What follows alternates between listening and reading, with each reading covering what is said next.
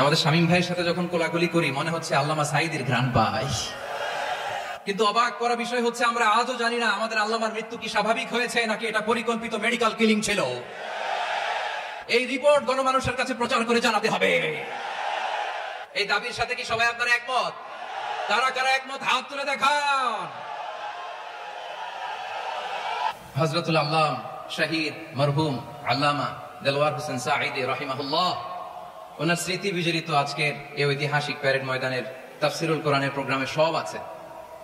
Stage আছে, শ্রোতা আছে, প্যান্ডেল আছে, মিডিয়া কাভারেজ আছে, কিন্তু আমাদের কলিজার টুকরাটা আমাদের মাঝে নাই। আজকের এই প্রোগ্রামে আলোচক হয়ে এই চেয়ারে আমি না বসে ওই শ্রোতাদের কাতারে বসে যদি আমাদের আল্লামার নুরানি চেহারার দিকে তাকিয়ে ওয়াজ শুনতে পারতাম, আমাদের হৃদয়টা ঠান্ডা হয়ে যেত,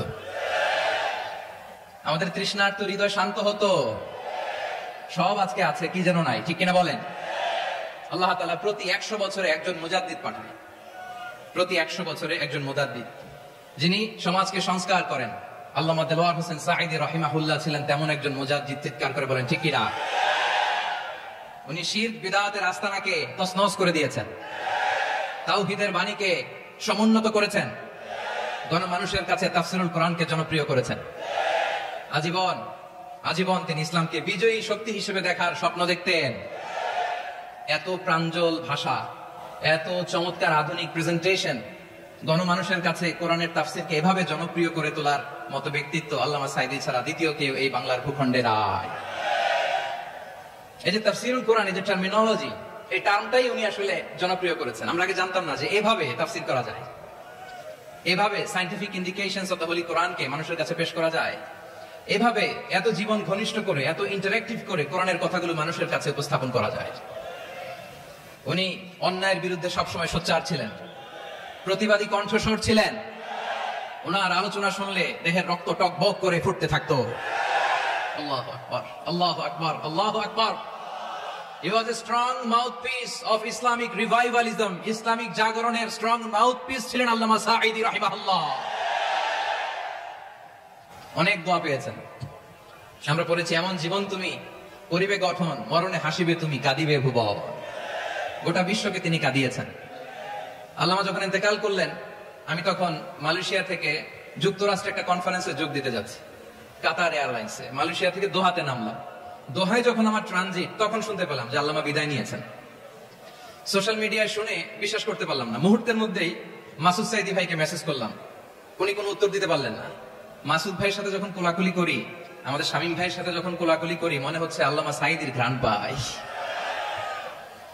শরীরটা লিটারালি কাঁপছিল, নিজেকে মানাতে পারছিলাম না, বিশ্বাস করতে পারছিলাম যে আসলে আল্লামা বিদায় নিয়েছেন।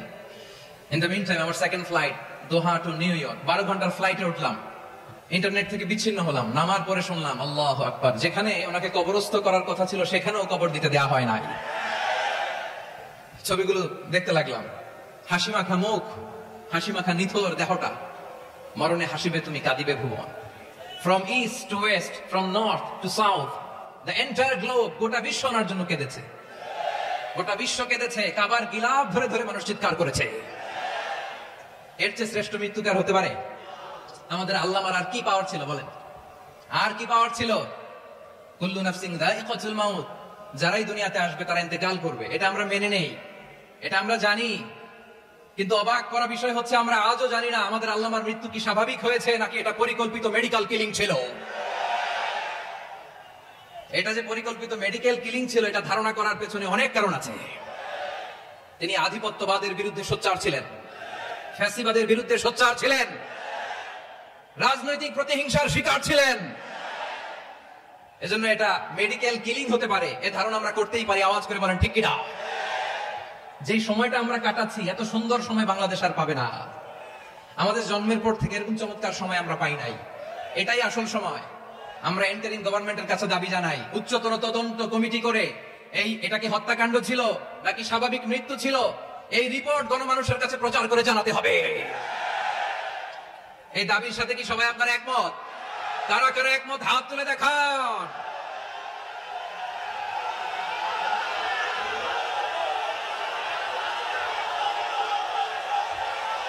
আমার প্রিয় ভাইয়েরা, প্রিয় চট্টলাবাসী, আল্লাহ তাআলা তার এই মুখলেস গোলামকে তার জান্নাতুল ফেরদাউসের মেহমান হিসেবে কবুল করুক, তার জীবনের সকল খেদমাগুলোকে কবুল করুক, জান্নাতুল ফেরদাউসের আলা মাকামে তাকে মেহমান হিসেবে কবুল করুক। আল্লামা শহীদ দেলোয়ার হোসেন সাঈদ রাহিমাহুল্লাহ, উনি ছাড়াও এই ঐতিহাসিক ময়দানে কথা বলেছেন আল্লামা লুৎফুর রহমান রাহিমাহুল্লাহ, চলে গিয়েছেন আমাদেরকে ছেড়ে। তিনি বলতেন, ইনশাআল্লাহ মিজান আবার আসবে। হুজুর, আমি তো আসলাম, আপনি তো আমাদেরকে ছেড়ে চলে গেলেন। আল্লাহু আকবার, আল্লাহু আকবার, আল্লাহু আকবার। গলায় কোনো সুর ছিল না, সুর দিয়ে কথা বলতেন না, কিন্তু এত চমৎকার শব্দের গুণন, এত চমৎকার প্রেজেন্টেশন, এত চমৎকার ভাবে ঐতিহাসিক বর্ণনাগুলো তিনি উপস্থাপন করতেন। মন্ত্রমুগ্ধ হয়ে আমরা আল্লামা লুৎফুর রহমানের কথা শুনেছি। আমরা হযরতুল আল্লামা লুৎফুর রহমান রাহিমাহুল্লাহর জন্য এই বিশাল ময়দান থেকে দোয়া করছি, আল্লাহ তাআলা তুমি তোমার এই খাদেমকে জান্নাতের মেহমান হিসেবে কবুল করে নাও। আরো অনেক আল্লামারা এখানে কথা বলেছেন, বিশেষ করে বাইতুল শরফের মরহুম পীর সাহেব হুজুর থেকে শুরু করে আরো যারা যারা তারকাতুল্য ওলামায়ে কেরাম এই চট্টগ্রামের ময়দানে কথা বলেছেন, আলো ছড়িয়েছেন। আমরা এই লক্ষ লক্ষ তাওহীদি জনতাকে নিয়ে তাদের জন্য দোয়া করছি, আল্লাহ তাআলা ওনাদের জীবনের সকল ভুল ত্রুটি ক্ষমা করে দিয়ে তাদেরকে জান্নাতুল ফেরদাউসের মেহমান বানিয়ে নিক। আমরা এই ঐতিহাসিক প্যারেড ময়দানের প্রোগ্রাম থেকে স্মরণ করতে চাই 24-এর ছাত্র নাগরিক অভ্যুত্থানে আমার যে সমস্ত ছাত্র নাগরিক ভাইয়েরা দেহের তাজা রক্ত বিলি দিয়ে নতুন বাংলাদেশ আমাদেরকে উপহার দিয়েছে।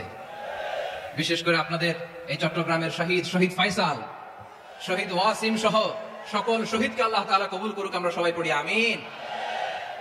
প্রিয় ভাইয়েরা, আমি নগণ্য একজন কোরআনের ছাত্র, এত বিশাল মঞ্চে এত বড় প্ল্যাটফর্মে কথা বলা আমার জন্য সাজে না। তারপর আমাদের মুরব্বীরা আমাদের ডানে বায়ে বসে আছেন, ওনাদের আদেশ ক্রমে, ওনাদের অনুমতি ক্রমে কিছু কথা আজকের এই ঐতিহাসিক প্রোগ্রামে আপনাদের সামনে উপস্থাপন করার চেষ্টা করব। ওমা তাওফীকি ইল্লা বিল্লাহ। প্রিয় ভাইয়েরা, 5 দিন ব্যাপী এই তাফসীরুল কোরআনের প্রোগ্রামে অনেক ওলামা হযরত কথা বলেছেন। যারা কোরআন সুন্নাহ থেকে আমাদেরকে কোরআনের কথাগুলো শোনালেন, আমরা যেন সেগুলো আমল করতে পারি, আল্লাহ আমাদেরকে তৌফিক দান করুক। শুরুতে আমাদের নিয়তটাকে খালিস করে নেওয়া দরকার। এই যে গ্যাদারিং, এই যে হিউজ শোডাউন, এগুলো যদি আমাদের নিজেদেরকে পরিবর্তন না করে তাহলে এতে কোনো লাভ নাই। জোরে বলেন ঠিক কিনা? এই প্রোগ্রাম যদি আমাদের জীবনকে পরিবর্তন করে, আমাদের চিন্তার ডিএনএ কে চেঞ্জ করে দেয়, তাহলেই চট্টগ্রামের প্যারেড ময়দান সার্থক। আসুন আমরা চিন্তাকে খালিস করে নেই। আমরা সবাই নিয়ত করি যে যতটুকু কথা আমরা কোরআনের আলোকে শুনবো, আমলের নিয়তে শুনবো। ইনশাআল্লাহ বলেন সবাই।